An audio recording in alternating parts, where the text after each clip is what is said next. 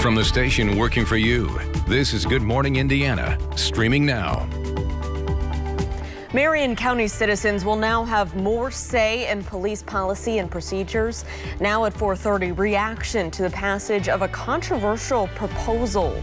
Plus, violent crime here in Indianapolis is up this morning. Chief Randall Taylor's what he's saying about the issue and the city's plan to curb that crime. And if you're helping feed families in need, there's a new effort to help support your mission. Working for you, the details on the Indy Food Fund grant program and how you can apply. The time right now is 4:30 here on our Tuesday morning. Thanks for joining us on Good Morning Indiana. I'm Lauren Casey. Todd Clausen is standing by with me right now, taking a look at visibility. And Todd, something I saw on my drive into work this morning was that crescent moon. It was a huge moon, but you can only see a little sliver of it. Yeah, you know, once that front went through yesterday with that rainfall, the skies cleared out. And that's allowed us to, one, see the moon like Lauren, but also some patchy fog to settle in to some areas. Not an issue here in the metro area. I didn't see 1 ounce of fog on my way into work here this morning, and there's no issues here to the north. But you do notice there are reduced visibilities in our usual spots, Crawfordsville, and then as you work your way down into Shelbyville over to the Greenfield area, visibilities are down below 1 mile. So just give yourself a little bit of extra time once again this morning as you head off to work and as the kids head off to school. Any fog that is out there will burn off very quickly this morning once the sun comes up. The problem is sunrise is until almost 8 o'clock now this morning. Here's the view in downtown. You can see the clear skies, not an issue. Temperatures much cooler this morning, low 40s to the north, 46 in Indianapolis. As we work our way throughout the day today, the cold front is fully off to the east. So once we get rid of the fog, nothing but sunshine, a beautiful day, 60s through about 1 p.m. Then high temperatures today, Lauren, will be topping off in the low 70s. All right, Todd, thanks. Let's take a look at traffic this morning. As you mentioned, you may run into some reduced visibility, but no problems here in the metro area right now. This is I-65 at 30th Street, just north of downtown, where you can see traffic is flowing up to speed. No major delays to slow down your commute, but of course, we'll keep our eyes on your roads throughout the morning, let you know if there are any areas you need to avoid. Well, new this morning, a plan to give citizens more say in police policy and oversight has been approved by the Indianapolis City County Council. Proposal 237 passed by a 19-6 vote after a contentious conversation. The plan adds 4 civilians to IMPD's General Orders Committee. That committee is tasked with overseeing the department's policies and procedures, including everything from uniforms to internal affairs and deadly use of force investigations. Rick Snyder, the president of the Indy Fraternal Order of Police, says that while he welcomes civilian input, this proposal goes too far, essentially stripping the chief of police of power.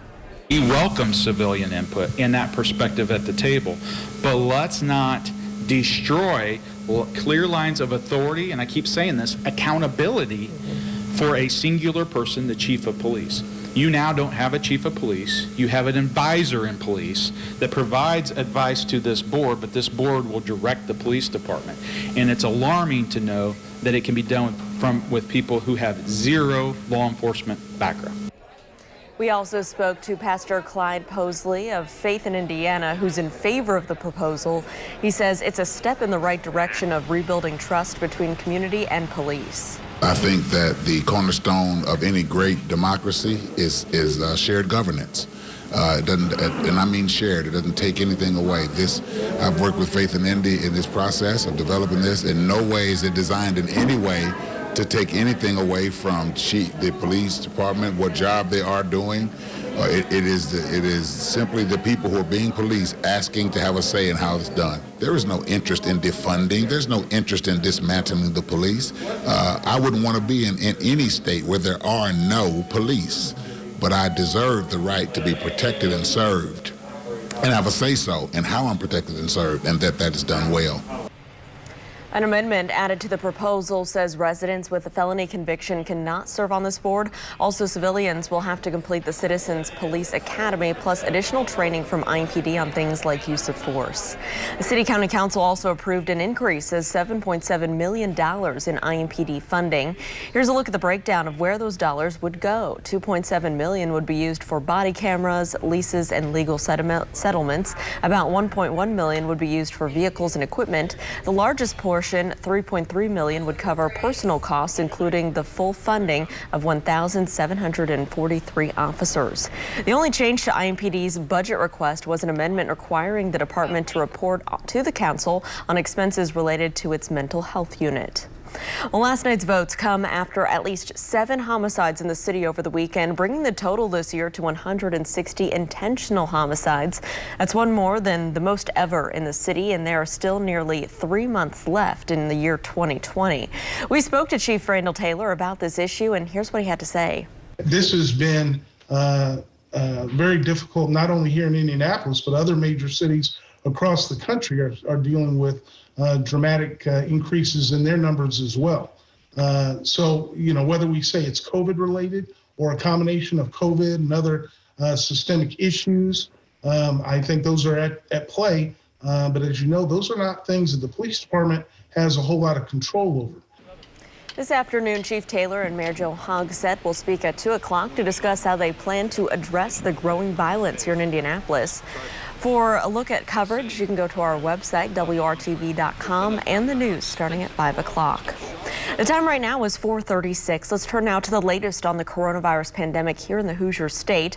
For the 6th day in a row, Indiana is reporting more than 1,000 new cases. State health officials confirm 1,581 new cases in their latest report. That brings Indiana's total case count to more than 136,000. 6 new deaths were also reported. To date, 3,568 Hoosiers have died with COVID-19. Health officials also updated the school dashboard statewide. 422 new student cases, 85 new teacher cases, and 110 new staff cases were reported. To date, 2,387 students have contracted the virus. The school dashboard is updated every Monday at noon. The rising coronavirus numbers come at about 2.5 weeks since Indiana entered stage 5 of the state's Back on Track plan. Since Friday, there have been nearly 7,000 additional COVID-19 cases reported here. Experts say the reopening and loosening of restrictions does not mean that Hoosiers should relax when it comes to social distancing or masking up. We still need to practice social distancing and should be masking, and we need to make sure that we're taking care of each other because otherwise the hospitals could get overrun this winter. Well, the State Department of Health says it's providing more than $30 million in funding to increase access to COVID testing over the next 2 years. If you run a community garden, farm stand, or something similar that helps feed neighbors in need, you could be eligible for a financial help. A new grant program called the Indy Food Fund will offer between $500 and $10,000. The deadline to apply is Friday, October 30th. For a link to the application and a list of requirements, you can go to WRTV.com and click on this story. Well, a newborn baby is safe after being surrendered in a safe haven baby box. Authorities say the infant was dropped off last week at Fire Station 74 in Decatur Township. The baby is the 5th to be surrendered in a safe haven baby box this year and the 9th since November 2017. That box at the fire station in Decatur Township was the 3rd installed in the United States. Baby boxes have alarm systems that notify 911 just as soon as that baby is placed inside. The boxes also have heating and cooling features. Indiana's safe haven law allows a parent to bring a child who is 30 days old or younger to an employee at a hospital emergency room, manned fire station, or law enforcement agency without facing prosecution for endangering or abandoning a child. The confirmation hearing for Judge Amy Coney Barrett is entering its 2nd day, just ahead the tough questions she's likely to face. And Amazon's Prime Day is officially underway. Just after the break, we'll have info on the deals you can expect to see and how retailers are hoping to get in on the action. Todd. And Lauren, it's a pretty quiet morning for us here across central Indiana, although we are dealing with a little bit of patchy fog in spots. Here's a live look in Bloomington right now, where visibility's not all that bad, but these visibilities will continue to fluctuate a little bit here this morning. We'll talk about that and look ahead to the rest of your work week coming up in your WRTV Storm Team Forecast when Good Morning Indiana continues right here on WRTV.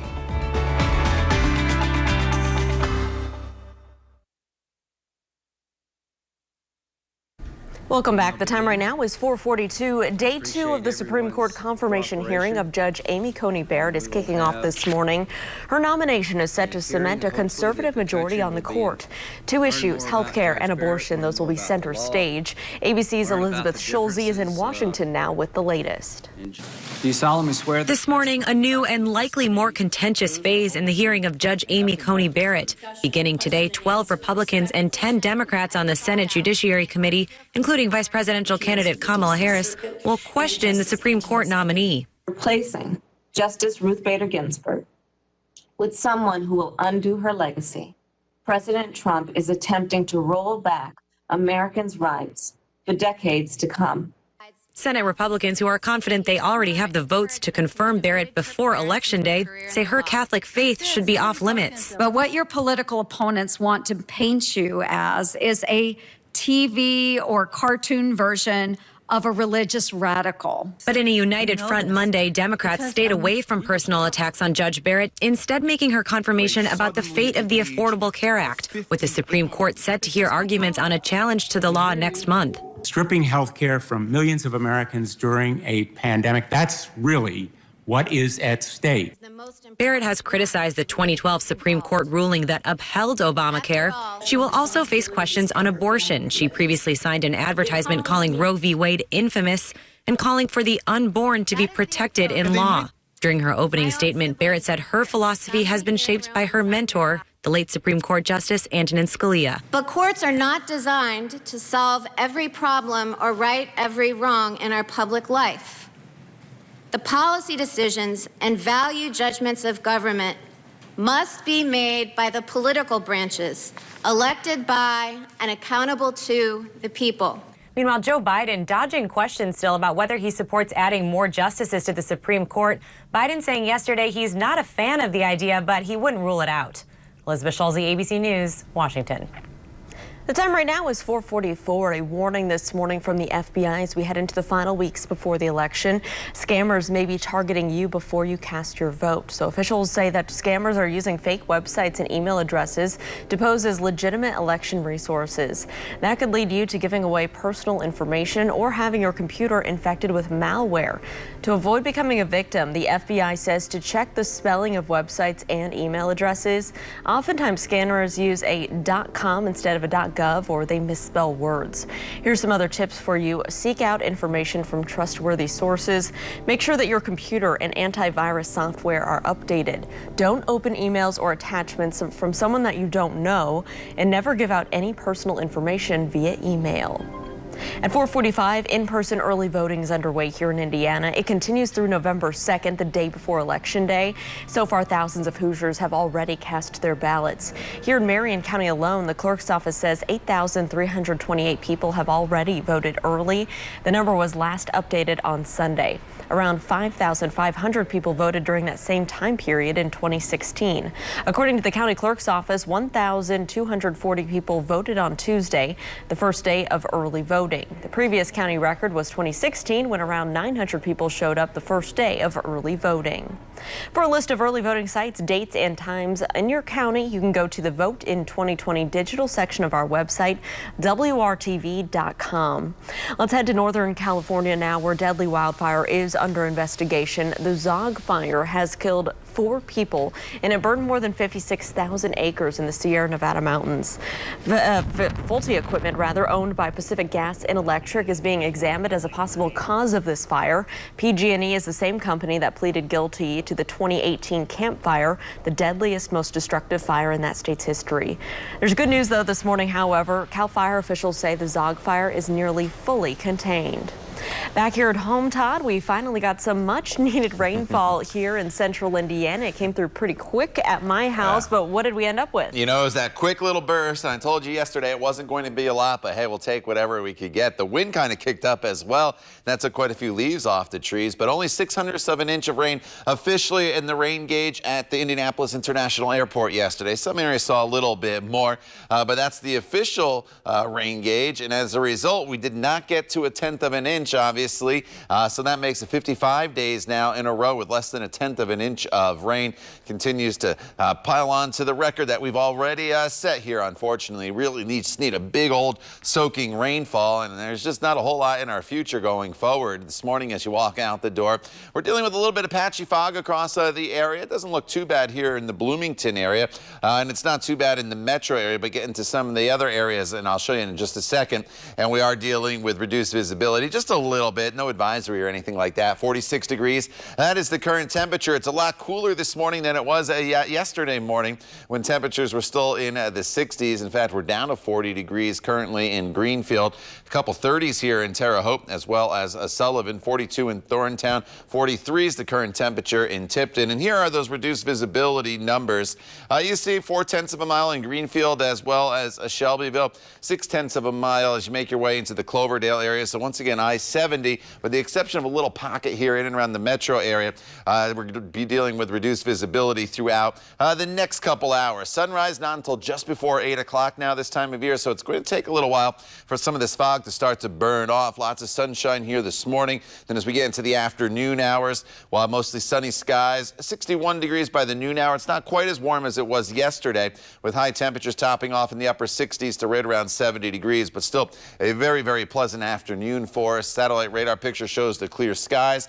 You can see distinctively where the cold front is there, pushing off towards the east. So highs today will be topping off right around 69 in Peru, 70 in Indianapolis, low 70s to the south.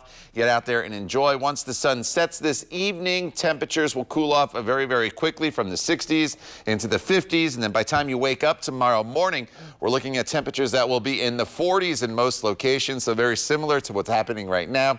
And then throughout the day tomorrow, it's going to be a breezy day for us with a little more in the way of cloud cover. With that said, it's going to be a warm day, going well above normal once again. So Wednesday is a decent day. You'll just have to contend with some gusty winds throughout the course of the afternoon hours. And then going forward in the forecast, stronger cold front comes through on Thursday with another round of some scattered showers. Behind that front, much cooler but quiet weather. Just in time for the weekend. Friday, Saturday, and Sunday, highs in the mid-50s to the low 60s, with low temperatures, Lauren, a couple mornings dipping all the way down into the mid-30s. All right, Todd, thank you. Let's take a look at traffic as you're heading out the door this Tuesday morning. Here's a live look at I-70 out near the airport at Ronald Reagan Parkway. You can see some orange barrels there on the roads, but it looks like they're pulled off into the shoulder. So traffic is still getting by just fine, both eastbound and westbound at this early hour. No major issues to slow you down.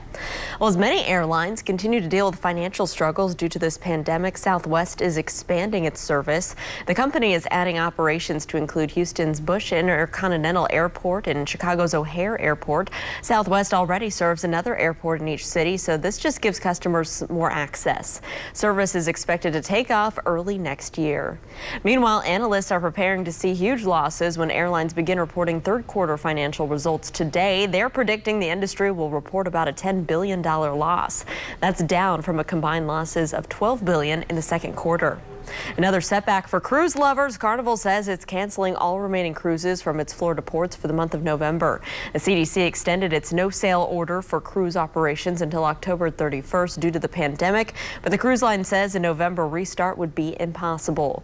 Two other cruise lines also based in Miami, Norwegian and Royal Caribbean, have dropped their November excursion plans as well. Carnival expects its Florida-based cruises to sail again in December. Get ready for some crazy deals. Amazon Prime Day is officially here.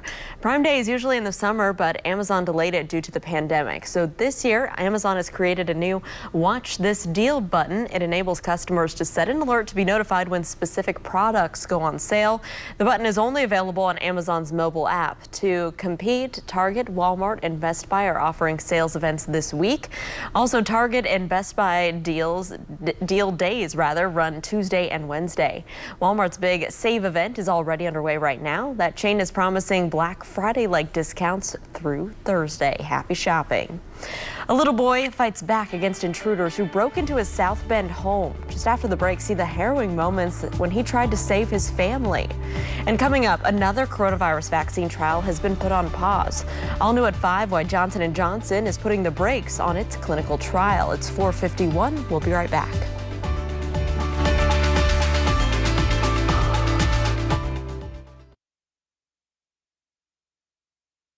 Welcome back. A frightening moment for a South Bend mom and her brave young son, all caught on camera. 4 men seen bursting into their home, at least 3 of them holding guns. Tamika Reed says she was focused on keeping her kids safe, and her 5-year-old son David did his best to fight back himself.